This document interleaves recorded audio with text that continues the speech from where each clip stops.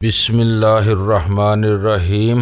گمنام ہیرو کے معزز ناظرین السلام علیکم۔ آئیے چلتے ہیں کہانی کی طرف۔ اور یہاں کنارے تک آ کر کسی باری لانچ کو لنگر انداز کرنا آسان کام نہیں ہے۔ اندازے کی ذرا سی غلطی یا غفلت کی صورت میں لانچ کا مضبوط ڈھانچہ خوفناک ٹوٹ پھوٹ کا شکار ہو کر لانچ کے غرقاب ہونے کا سبب بن سکتا ہے۔ شاید یہ دونوں ساحل سے لانچ کے ناخدا کی رہنمائی کرنے کے لیے ساحل پر آئے ہیں تاکہ لانچ حفاظت گھوڑا کریک پر لنگر انداز ہو سکے۔ سلطان شاہ نے لقمہ دیا۔ تاروں کی ٹھنڈی اور ناکافی روشنی میں نے اس لال بجکڑ کو غسیلی نگاہوں سے گھورا، لیکن وہ میرے رد عمل کی پرواہ کیے بغیر دوربین کی طرف متوجہ ہو چکا تھا۔ تو پھر ان دونوں تک کا تعلق الحدید کے عملے سے ہی ہوگا؟ میں نے اول خان سے سوال کیا۔ اس میں کوئی شبہ نہیں کہ نیوی والے اپنے سواحل سے بہت اچھی طرح واقف ہیں، لیکن مجرمانہ مقاصد کے لیے کار آمد کھاڑیوں کی ساخت وغیرہ سے واقف ہونا ان کے نصاب سے باہر کی بات ہے۔ اس لیے الحدید کو بحفاظت کنارے لگانے کے لیے انہیں الحدید کے عملے پر ہی انحصار کرنا پڑا ہوگا۔ یہ ان کی مجبوری ہے۔ فوجی اصطلاح کے مطابق ایک جنگی قیدی ہی دشمن کی سرزمین اور عزائم کے بارے میں بہترین مخبری کر سکتا ہے، اور اگر انہوں نے ساحل پر قدم رکھتے ہی لوگوں کو متوقع خطرات سے آگاہ کر دیا تو کیا ہوگا؟ وہ ایک نہایت ذلت آمیز امکان تھا، مگر میں نے اول خان پر اپنی لاشعوری برتری برقرار رکھنے کے لیے ان خدشات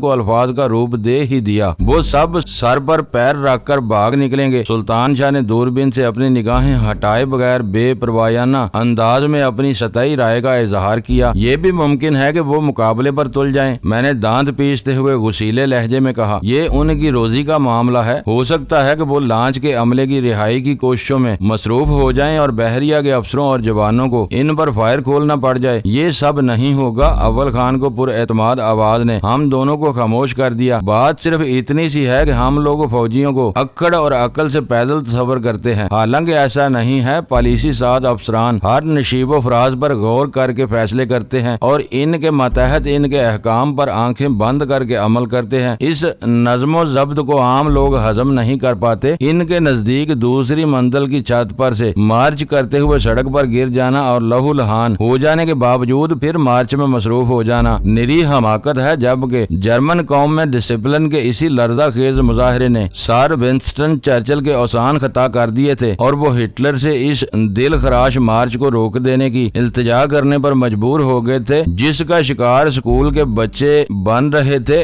جس دن فوج سے یہ ڈسپلن ختم ہوا تو وہ بھی شہری پولیس کی طرح کرپٹ اور بدعنوان ہو جائے گی۔ آج ہماری پولیس کے اہلکار ڈاکوؤں، قاتلوں اور دہشت گردوں کے لیے مخبری کرتے ہیں۔ ان کی بے رحمانہ سرکوبی کرنے کے لیے مامور کیے جانے والے یہ لوگ ان مجرموں کے دستے بازو بن گئے۔ اسی لیے ہر طرف تباہی و بربادی اور لا قانونیت کا دورہ نظر آتا ہے۔ فوج کا ادارہ ان بدعنوانیوں سے محض اپنے ڈسپلن کی بنا پر بچا ہوا ہے۔ اس ڈسپلن کی خاطر فوج کا ایک 6 فٹا جوان اپنی جان کی پرواہ کیے بغیر صرف اس لیے 20 فٹ گہری دلدل میں اتر جاتا ہے کہ یہ اس کے افسر کا حکم ہے۔ میرا خیال ہے کہ تم جذباتی ہو گئے ہو، میں نے اس کی بات کاٹ کر دھیمے لہجے میں کہا۔ یہ میرے سوال کا جواب نہیں ہے، اور نہ ہی میں نے فوج کی کارکردگی پر کوئی تنقید کی تھی۔ تم نے براہ راست کوئی کڑوی بات نہیں کی تھی، لیکن تم ایمانداری کے ساتھ اپنے دل کو ٹٹولو تو تمہیں احساس ہوگا کہ تمہارے سوال کی بنیاد اس مفروضے پر تھی کہ الحدید اور اس کے عملے پر قابض ہونے والا بحری کمانڈر اس سوجھ بوجھ سے محروم ہے جس سے ہم لوگ بہراور ہیں۔ لیکن مائی ڈیئر ڈینی، تم یقین رکھو کہ افسر ہم جیسے سینکڑوں ہوشیاروں کو سرے عام بیچ ڈالنے کی صلاحیت رکھتا ہوگا۔ موٹر بوٹ کے ذریعے ساحل پر بھیجے گئے 2 افراد میں سے اگر ایک کا تعلق الحدید کے عملے سے ہوگا تو دوسرا یقیناً بحریہ کا کوئی سادہ پوش افسر یا جوان ہوگا جو اسے مجوزہ لائحہ عمل سے سرے مو انحراف کرنے کی اجازت نہیں دے گا۔ یہ امکان میرے ذہن میں نہیں آ سکا تھا، میں نے فراخ دلی کے ساتھ اعتراف کرتے ہوئے کہا۔ آج کی رات تو حقیقی معنوں میں بحریہ والوں کی رات ہے۔ اس پوری مہم میں ہماری حیثیت براتیوں سے زیادہ نہیں ہے، جو رات گئے تک اپنا دل اور پیٹرول جلانے کے باوجود دلہا اور اس کے لواحقین کے رات جگہ کے پروگرام سے فرار حاصل کرنے کی کوئی راہ تلاش نہیں کر پاتے۔ وہ کھلکھلا کر ہنس پڑا، تو تم تو کراچی کے مقامی باشندے، لیکن ہمیں اپنی پوسٹنگ کے ساتھ نگر کی خاک چھاننی پڑتی ہے۔ ہم رات کو جلد سو جانے اور سحر خیزی کے عادی ہیں، لیکن کراچی میں شادیوں نے ہمیں شب بیدار بنا دیا ہے۔ لڑکیوں کی شادی میں ہم رخصتی کے بعد اس وقت سونا نصیب ہوتا ہے، جو دراصل ہمارے بیدار بیدار ہونے کا وقت ہوتا ہے۔ اس لمحے ایک سادہ پوش مگر مستعد شخص ہمارے قریب آیا اور اس کی طرف ہیڈ گیئر بڑھاتے ہوئے بولا، سر آپ کے لیے میسج آنے شروع ہو گئے ہیں۔ اول خان نے اس کے ساتھ ہاتھ سے ہیڈ گیئر لے کر اپنے سر اور کانوں پر چڑھا لیا۔ چند ثانیوں تک وہ خاموشی اور توجہ سے دوسری طرف کے آنے والا پیغام سنتا رہا، پھر اس نے کسی نامانوس زبان میں اس کے ساتھ کچھ بولنا شروع کر دیا۔ اس کی ناقابل فہم تقریر پر میں برا سا منہ بنا کر سلطان شاہ کی طرف متوجہ ہو گیا جو کسی جونک کی طرح دوربین سے چپکا ہوا تھا۔ مجھے بالکل نہ چھیڑنا، اس نے میری آہٹ پہچانتے ہی مضبوط لہجے میں کہا۔ نیچے وہی ہو رہا ہے جو اول بھائی نے کہا تھا۔ آنے والوں میں سے ایک رنگ بدلنے والی ٹارچ کی تیز روشنی سے لانچ کی رہنمائی کر رہا ہے اور دوسرا کسی بت کی طرح اس کے پہلو میں کھڑا ہوا ہے۔ ویرا نظر آ رہی ہے؟ میں نے اسے چھیڑے بغیر سوال کیا۔ ویرا تو نہیں، البتہ دوسرا الو نظر آیا تھا جو ویرا کے ساتھ ہی کہیں گیا تھا۔ اس نے ایک گہرا سانس لے کر کہا، وہ لوگوں کو مشورہ دینے کے لیے آیا تھا اور پھر اندھیرے میں غائب ہو گیا۔ کدھر گیا ہے وہ؟ میں نے اضطراری لہجے میں پوچھا اور وہ میرے سوال سے ہنس پڑا۔ ایک طرف غزالہ کا دم بھرتے ہو، دن رات اس کی وفاؤں کی قسم کھانے سے نہیں تھکتے، اور دوسری طرف ویرا کو بھی کسی بے تکلف ہوتے نہیں دیکھ سکتے۔ اگر وہ کسی کے ساتھ اپنی بےہودہ پھیکی رات کو رنگین بنانا چاہ رہی ہے تو تم کیوں اس کی فکر کر رہے ہو؟ کھلی فضا میں تمہاری عقل عموماً چوپٹ ہو کر رہ جاتی ہے۔ میں نے دانت پیستے ہوئے کہا، تم یہ کیوں بول رہے ہو کہ آج ویرا اس کے بعد نظر آئی ہے؟ اگر ہیری کسنجر کا آدمی اسے لے کر جانے میں کامیاب ہو گیا تو ہمارے فرشتے بھی اس کی گرد کو نہیں پا سکیں گے۔ تمہارے فرشتے شاید کچھ سست ہو گئے ہیں، لیکن فکر نہ کرو، ان کے اطراف میں اول خان کے 70 مسلح جالے چھپے ہوئے ہیں، چڑیا کے بچے کو بھی واپس نہیں جانے دیں گے۔ میں اس کی فضول گوئی پر بنا کر وہاں سے دور ہٹ گیا۔ اول خان ہیڈ گیئر سے منسلک ٹرانسمیٹر پر اپنے آدمیوں سے بات کرتا ہوا میری طرف نکل گیا تھا۔ اس وقت صورتحال کچھ یوں تھی کہ گوڑا کریک میں شمال مشرق سے سمندری لہریں داخل ہو کر دم توڑ رہی تھی۔ سمندر سے ملحق اسی شمالی مشرقی حصے میں وہ مستہ زمین واقع تھی جہاں ٹرک اور مزدور وغیرہ بکھرے ہوئے تھے، اور اسی مقام پر لانچ کو لنگر انداز ہونا تھا۔ وہ کھاڑی اپنے مغربی دہانے سے جنوب مشرق تک چٹانوں سے گری ہوئی تھی اور ہم عین جنوب میں سب سے اونچی چٹان پر موجود تھے۔ ہماری داہنی طرف گھاٹ تھا اور بائیں طرف صدیوں پرانی وہ چٹانیں استادہ تھی جن کی بنیادیں گہرے سمندر میں اتری ہوئی تھی۔ ہم چٹان کے بالکل آخری سرے پر نہیں تھے، اس لیے عملاً ہمارے دونوں جانب ہی چٹانی سلسلہ تھا۔ فرق صرف اتنا تھا کہ داہنی طرف کی چٹانیں قدرے دور جا کر میدانی گھاٹ میں معدوم ہو گئی تھی، جبکہ بائیں طرف والی چٹانیں سمندر میں کافی دور تک پھیلی ہوئی تھیں۔ اس کھاڑی میں چٹانوں سے ٹکرا کر دم توڑنے والی سمندری لہروں کی وجہ سے ایک مہیب گونج پیدا ہو رہی تھی جو اس وقت ڈراؤنی پس منظر موسیقی کا کام کر رہی تھی۔ وہ کوئی ننھی سی کھاڑی نہیں تھی، نیچے سمندر کا جھاگ اڑاتا ہوا پانی اتنے وسیع رقبے میں پھیلا ہوا تھا کہ اندر آ جانے والی لانچ گوڑا کریک میں کسی کھلونے کی طرح نظر آ رہی تھی۔ ویرا کا ساتھی ہدایت دینے کے بعد چٹانوں ہی کی طرف آیا تھا۔ اچانک مجھے اپنے قریب سلطان شاہ کی مصالحانہ آواز سنائی دی۔ میرے ساتھ اپنے عدم تعاون پر وہ زیادہ دیر تک مطمئن نہیں رہ سکا تھا۔ اس کی طرف گھومتے ہوئے میں نے یہ بھی دیکھا کہ اس کی دوربین پر کوئی اور قابض ہو چکا تھا۔ معلوم ہوتا ہے کہ بے آبرو کر کے دوربین سے محروم کیے گئے ہو۔ میں نے طنزیہ لہجے میں کہا، میری عزت اتنی نازک نہیں ہے کہ دوربین چھن جانے سے اس کا کریا کرم ہو جائے۔ ویسے بھی وہ ان کی آبزرویشن پوسٹ ہے، دوربین تماشا دیکھنے کے لیے نہیں لگائی گئی ہے۔ شکر ہے تمہیں عقل آ گئی، میں نے گہرا سانس لے کر کہا۔ ہمیں یہاں ٹھنڈی ہوا کھانے کے لیے نہیں آئے ہیں، مجرموں کی گرفتاری اور ہتھیاروں کی ضبطی کے لیے بحریہ اور اول خان کے جوان کافی ہیں۔ ہمیں ویرا کی فکر کرنی چاہیے، یہاں تصادم کا آغاز ہونے سے پہلے وہ ہماری تحویل میں آ جائے تو محفوظ رہے گی، ورنہ افراتفری میں ہمارے آدمیوں کی گولیاں ہی اسے چاٹ سکتی ہیں۔ تم ٹھیک کہہ رہے ہو، اوپر سے وہ لوگ تاک